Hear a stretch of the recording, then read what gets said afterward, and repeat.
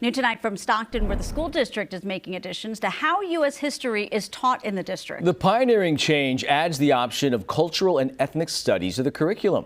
Your reporter covering San Joaquin County, Charlie Lapastora, joins us live. He spoke with a student and educators on the course changes. Charlie, tell us about it. Yeah, that's exactly right, Tony and Marley. U.S. history is, U.S. history is getting a revamp here in Stockton Unified School District. History is being made for these courses as ethnic studies could be offered as alternatives for these students in one of the most diverse cities in the nation. Ethnic studies is U.S. history. That's the thing. Ethnic studies is U.S. history. It's just told from a different lens. The Stockton Unified School District is on the cutting edge, at least as far as they know. They say they will be the first district in California to offer alternatives to U.S. history with integrated courses such as Native American Studies, Black and African American Studies, Mexican American History, Asian American Studies, and Filipino American Studies. Those are actually all U.S. history classes with U.S. history standards, and there are going to be options that students can take in Stockton Unified. Instead of just U.S. history, you can still learn U.S. history, but through the context of a specific community. Aldrich Sabak, Stockton Unified's Ethnic Studies Curriculum Specialist, is from Stockton. He says students who are learning about themselves through ethnic studies history have higher attendance, a higher GPA, and are more likely to go to college. U.S. history is such an important class to take, right? There's a reason why that is a graduation requirement in the state of California.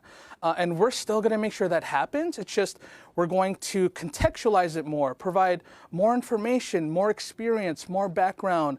We can talk about different perspectives and times in history for different communities while still teaching the same content, curriculum standards, but also making our students see that it's more relevant to who they are so that they also see themselves in U.S. history. It's why Destiny Rivas, also from Stockton, is passionate about this curriculum. I grew up in the Native American Indian Center. I was very much one of the kids that could have absolutely went down a different path. It was through the Native Center and through one of our field trips to San Francisco State that I started my college journey, and I learned about it, and I came back to come and help other kids do the same thing. And I think that's a lot, very true for a lot of teachers in Stockton. A lot of us are from Stockton, and we're coming back to try to help our kids. Such as student rep Kiana Labu, who would encourage other school districts to implement these classes into their curriculum as well. I think it's a good opportunity for students to be able to pick what they want to learn instead of just going straight into a regular history class. They get to pick to learn about either their culture or someone else's culture, such as Asian American Studies or African American Studies. It's just a good opportunity to be able to know that there are other things to learn out there.